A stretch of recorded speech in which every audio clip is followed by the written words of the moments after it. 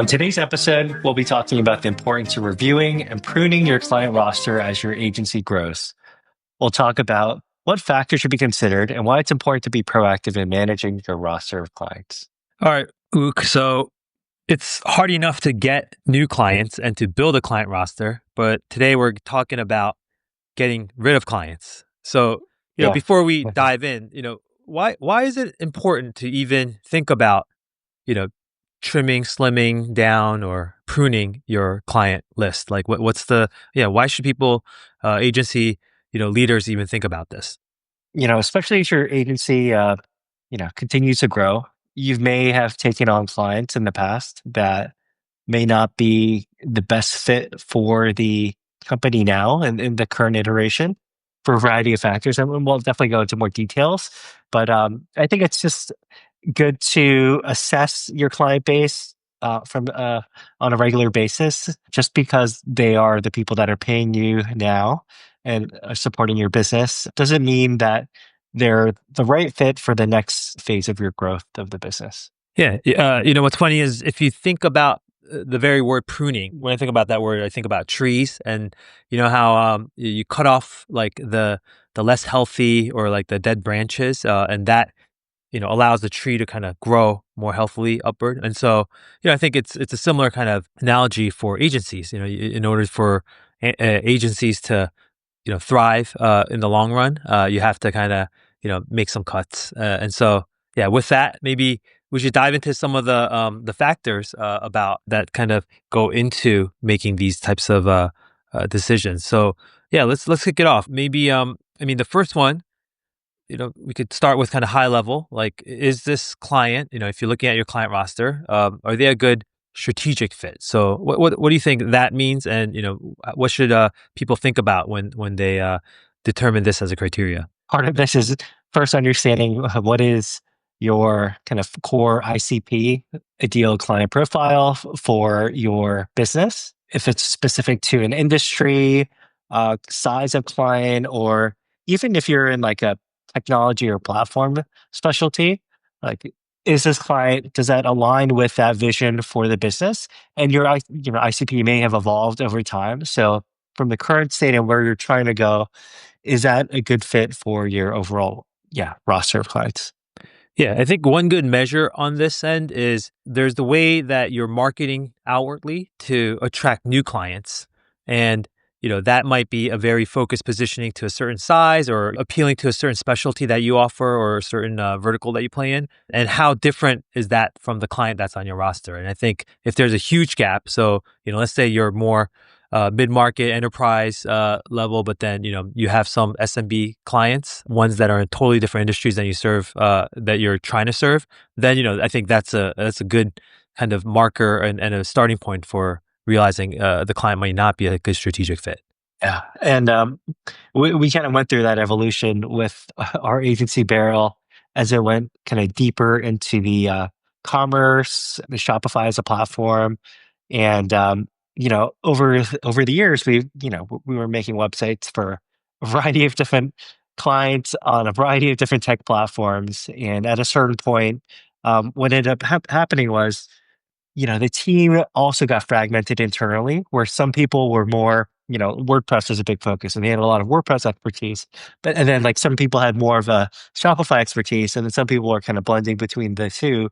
So even how we did projects from an internal process wise was getting a little bit, muddy on, what's the best way to kind of handle a project from a process standpoint, but also from a training standpoint. It got very confusing to manage. Yeah, 100%. Okay, let's move on to the next factor that we should think about, which is gross margin. So, you could just, think of this as profitability. Are the clients profitable, after all the delivery hours and the costs, or like, are the engagements you're doing with them generally profitable?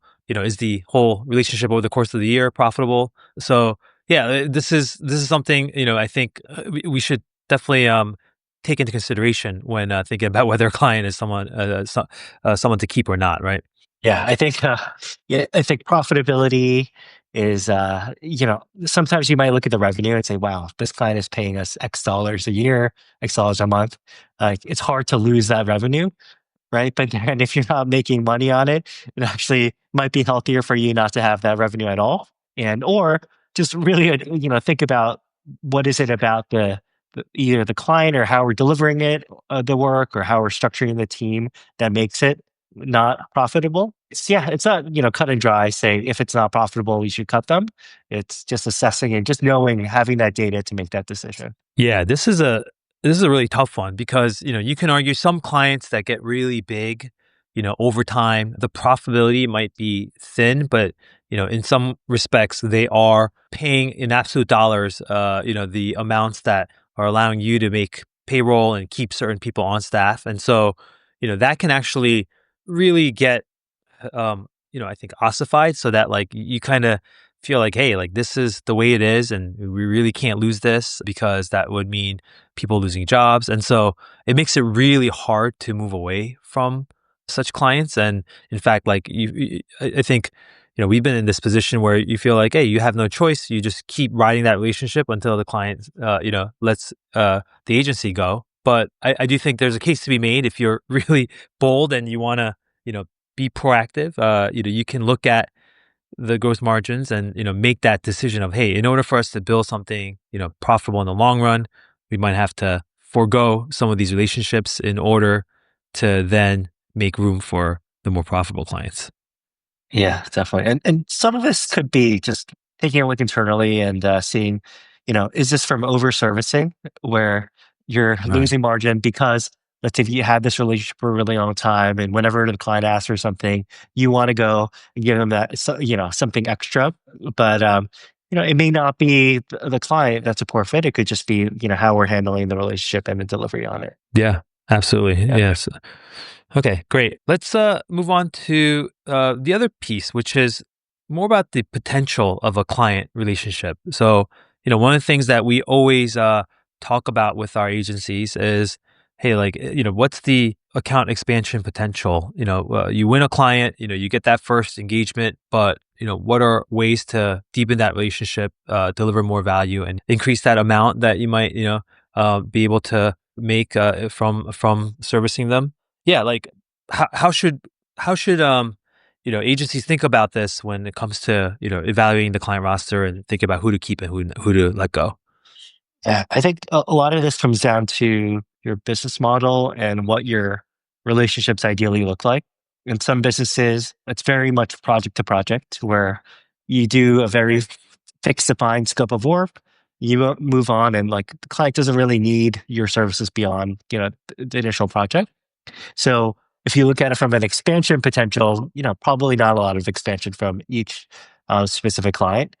But on the other hand, if it's very much an account driven, long term retainer type of relationship, you should be looking at thinking, how can we either increase the retention and longevity of this client, or how do we incrementally, add on a new service offering, increase the scope of what we're doing for them, so that over the long term, that the value of that relationship continues to grow.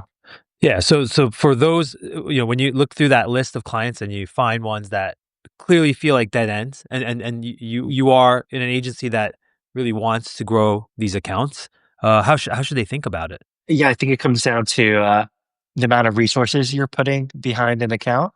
So typically, I would say in a company structure where you have these ongoing relationships, you might have account managers dedicated to working on, maintaining a roster of clients. And is their time better spent on the clients that are, have more potential for growth? So it almost comes down to a allocation of time and opportunity cost type of equation on where you should put your time. Yeah, internally. Yeah, and I Yeah. mean, I feel like in the like some of these clients, I think you can be upfront with them on just, hey, what is the nature of our relationship going to be? Because, the client might come. I mean, we've seen this many times, right? Client comes, hey, I have this big redesign project, but afterwards, our team's going to handle everything internally, and we're gonna, we're not going to need you guys, and that's fine. And I think that clarity helps the agency plan for how much to invest post launch of the initial project. Yeah, and in some instances, having a steady amount of a retainer, for example, that doesn't necessarily grow, but it's consistent and it keeps going, that's still valuable. So just because it's not growing isn't a reason to just, prune a client. Yeah, no, that's right. So the Yeah. context really matters, and so does the business model. Let's talk a little bit about relationship quality as another factor. And by this, it's almost like, who do you have access to on the client side? Decision makers, like which level of leadership, all that. And like, what's the depth of that relationship? How much does that factor into whether you keep a client or not? And yeah, like, should this really be a driving factor? Where that comes into play is, let's say you're working with, a director level role at the company where it's director of e-com, director of marketing, but then there might be a C-suite that ultimately is the decision maker at the company.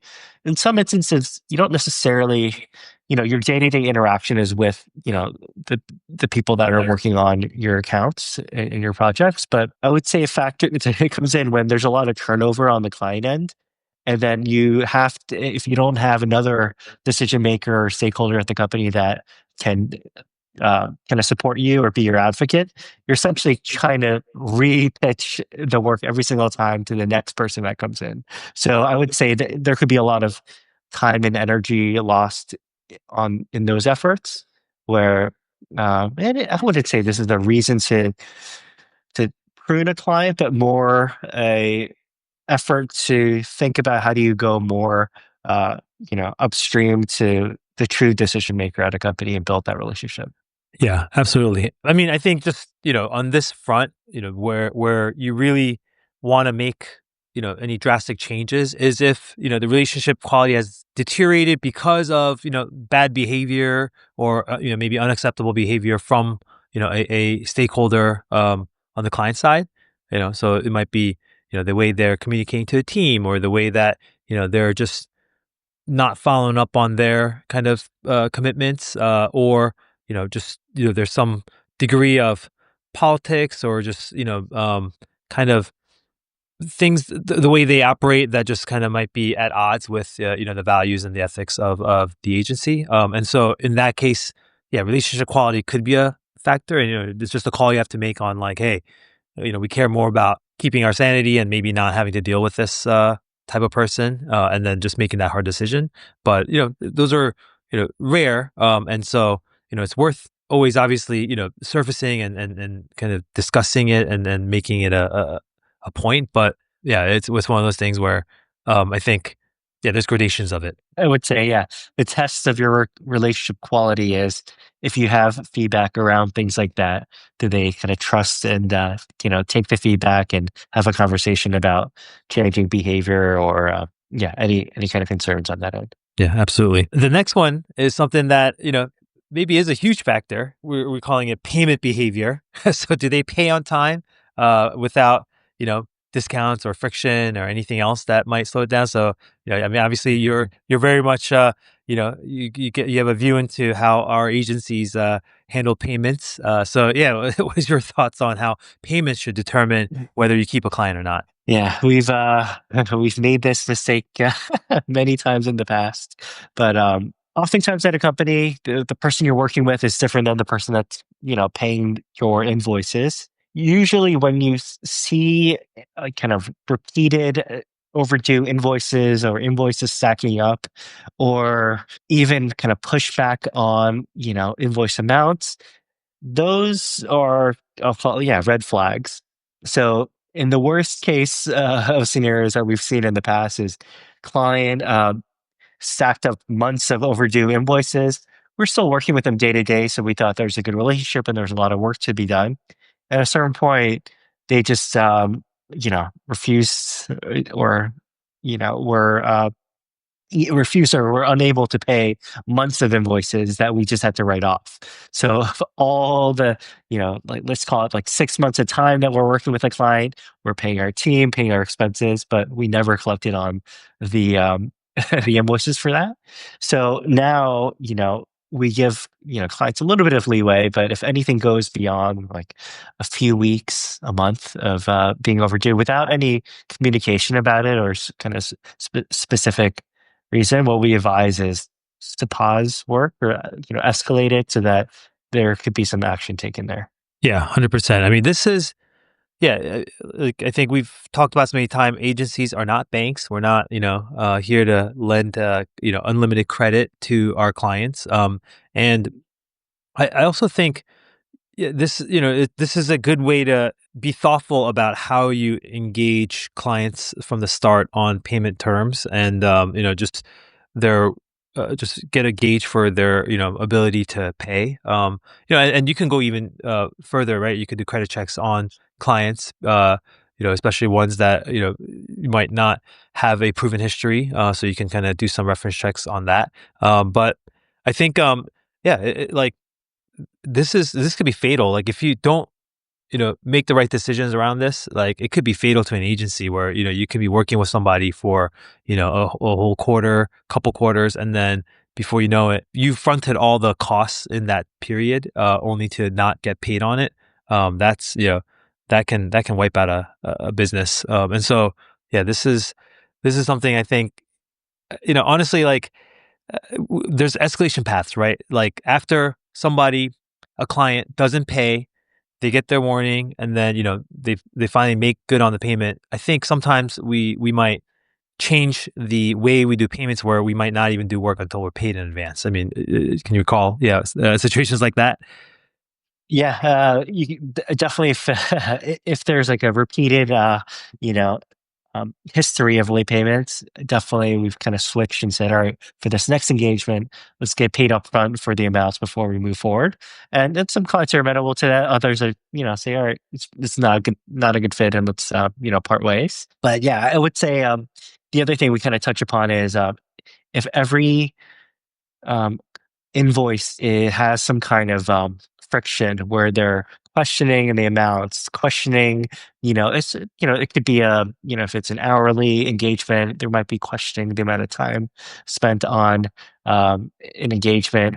So if every single invoice or opportunity where they have to pay comes with some tension or friction, it might be a sign that it may not be the right fit. Yeah, yeah. No, I mean, and Yeah. that's it's really, um to the degree, like, what is your tolerance for that kind of pain, I guess, because some clients are going to have really aggressive procurement departments that are going to want to audit all your timesheets and kind of go really into the nitty gritty of, hey, are we paying the right amount? So you're going to get that, and maybe you just accept that as the cost of doing business, and you staff up on your side so that you have a way to manage through that. But then, yeah, you might have other clients who, just for whatever reason, question the value of the work, even though they've agreed to it up front. And, that could be just a mismatch of, like collaboration. And it just, it could just be that, you're not a good fit for what they need. And so, yeah, you could selectively take yourself out of that situation. Yeah, yeah, definitely. And yeah, and there's some part of looking inward to say, you know, is this a gap in our project management or account management where it should have been clearer so that by the time the invoice came around, it should never be a question on like, the amount that should be paid. Yeah, no, absolutely. And I Yeah. I think that's generally, something, and we'll talk about in the next factor. But yeah, like I think, before being too quick to blame the client and go, hey, like, they wronged us, or, it's their fault.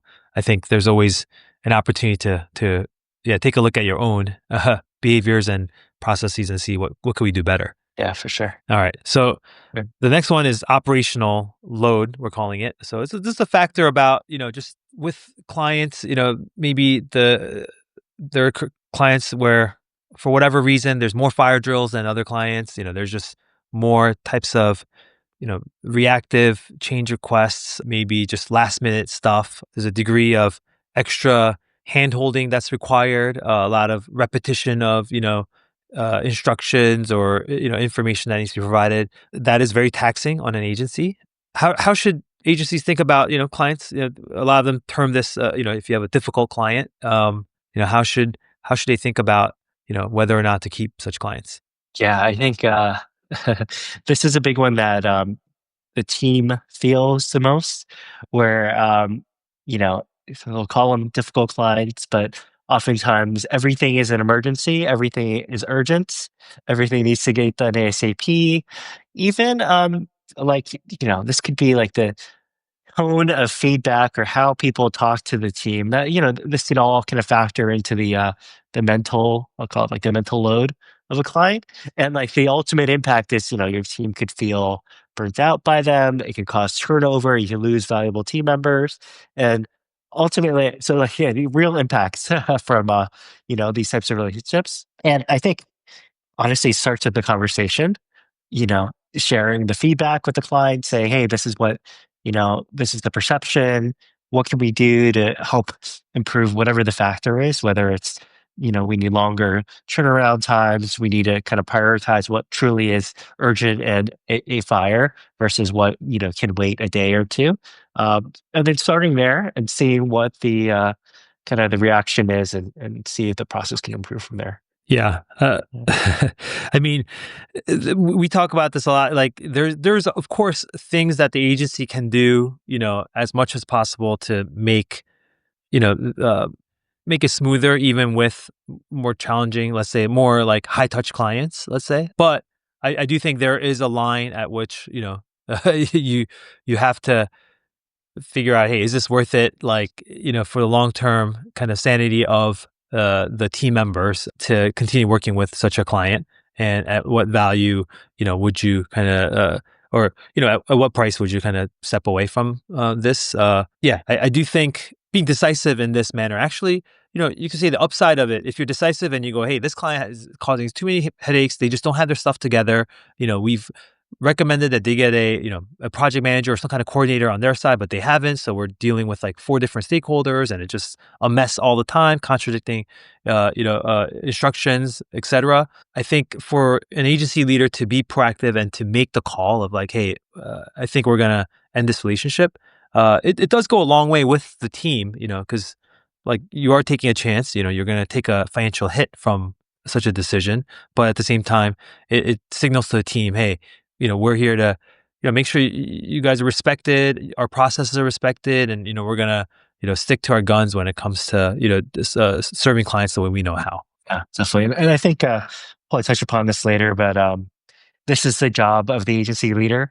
You can't let the team make these decisions and like be the ones who tell the client, "Hey, we're not a good fit. Let's move on." And yeah, to your point, it's yeah, it is. Yeah, if you don't make the decision, then it could cause you know burnout, turnover, and then if you do make a quick decision, you can build a lot of trust Yeah. with the team that you're looking after them. Yeah. No, that is such a good one because like Cool. you're forced if you force those decisions downward, like yeah, the team member who's on the project is going to be faced with their own decision of, hey, do I tell off the client or do I just quit? Basically, like you're forcing it to make that decision. So no, that's an excellent point. Okay, let's move on to the next one, which is I think we call this like case study value. Kind of like marketing value when you're looking at your client roster. And I guess this is sort of related to the strategic fit, like positioning side of things. But when you think about clients on your client roster, do they add brand credibility? Is the work that we're doing with them lead to a showcaseable case study, something that we can market and use to get more such clients? I guess it's kind of that. Is there? We talk about this a lot. Like, hey, is that new logo a good one that's gonna bring in more such clients? So, how much of a factor should this be? Like, just because a client has low case study value, like, does that make him less appealing? I mean, this is something, yeah, something to think about. Yeah. Yeah. I think it's a probably more straightforward call when deciding to take on a client, saying, "All right, here's a reason we have a lot of they can bring a lot of value to our case studies, and when we go to pitch more work, it's a really good brand that we can kind of reference." But I don't think it's every single client needs to be that. Right? It's for a variety of reasons. It could be an emerging brand that, is aspiring to be that brand, but maybe it's your job is to help them get there. So they're not going to be that yet. Or there can just be, a lesser known player in this space that if they're a great client, you know, for all the other points that we just talked about, and they're consistent, they value the work, you add a lot of impact to their business. I wouldn't say it's a reason that you should, yeah, prune that client just because they're not like a great, brand or visible brand. Yeah, absolutely. Uh, It's interesting. I mean, I think about Apple a lot because we've had peers, other agency owners who've worked with Apple, but like I think they're pretty notorious for not letting you ever talk about the work they do that that agencies do yeah, with them, and so it's always interesting because like, well, do you say no then because of that? Most likely not because the if the project is lucrative enough and the the type of work is interesting, that's probably a more overwhelming factor. I think you're always going to have a mix, I think, of clients that are going to have high case study value, but then others that, not so much for whatever reason, you can't talk about them or they just, it's not kind of a good fit for storytelling.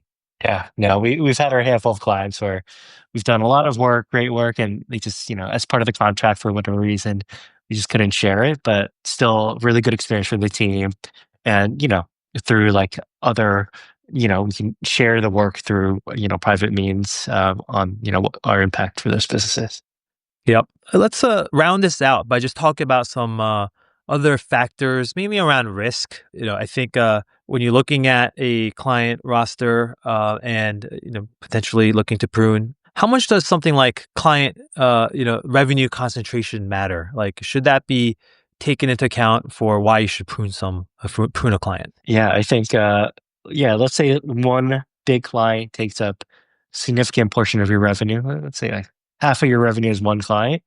In some ways, it's how do you increase all the other accounts to so that that percentage drops down as a relative number. But yeah, I wouldn't say it's a. I mean, it's definitely a risk for the business because a lot of your, percentage of your revenue is tied up with that one client. But I wouldn't say that's necessarily a reason why you should prune a client or even scale it back to decrease the percentage. Yeah, no, I agree. I think Yeah. you should take that relationship as far as it can go, and then just grow the Yeah. other relationships to make sure the concentration gets watered down. Any other Yeah. risks, like maybe you know legal headaches of any sort that might come, with an existing client, or maybe reputational issues that could come. We've heard of kind of clients with founders that might have gotten into some scandal or trouble. At that point, is it best to kind of resign from that account? Yeah, I mean, those are tricky things that you just have to think about with your leadership team, your like company values, and whether or not like is this a kind of a PR thing where whatever the scandal is kind of overblown, and you have like insight into actually what happened, and something may kind of blow over in a short period of time, or is this a fundamental issue where you know your team members are unhappy about it, they don't want to work on the account, and you're overarching, like there is a reason to kind of part ways from a client. I think that's definitely, I think reputation is something, yeah, it's very important to consider. Um, and then, yeah, from a legal perspective, if there's additional risk that you're taking on for working with a client, yeah, it really depends on like the type of work that you're doing. But yeah, if like you have unlimited like IP risk on a project. So if a client gets sued and any of the work that you did, you're, you know, you know, indemnifying them like to, unlimited level. I mean, those are risks that you probably agree to when taking Yeah, on a project or yeah. an account. So it's best to try to cap that even before it starts. No, 100%. What comes to mind is like sometimes the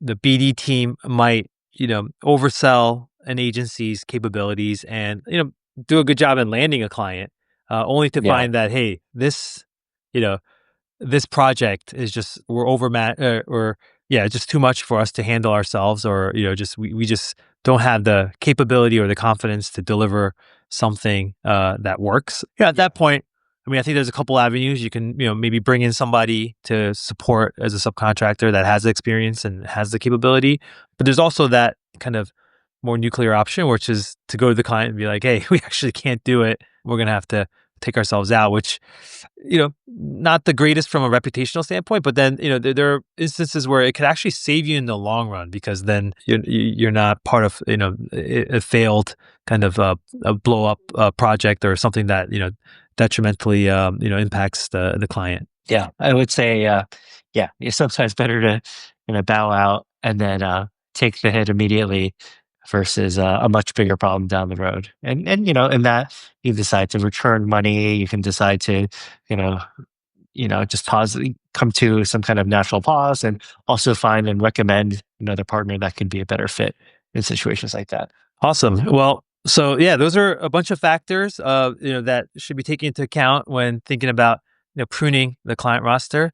Of course, we're all trying to grow our client rosters and make them healthy, but at the end of the day, you got to make some tough decisions if you're, going to grow right. So yeah, good stuff, and thank you, everyone. We'll see you next time.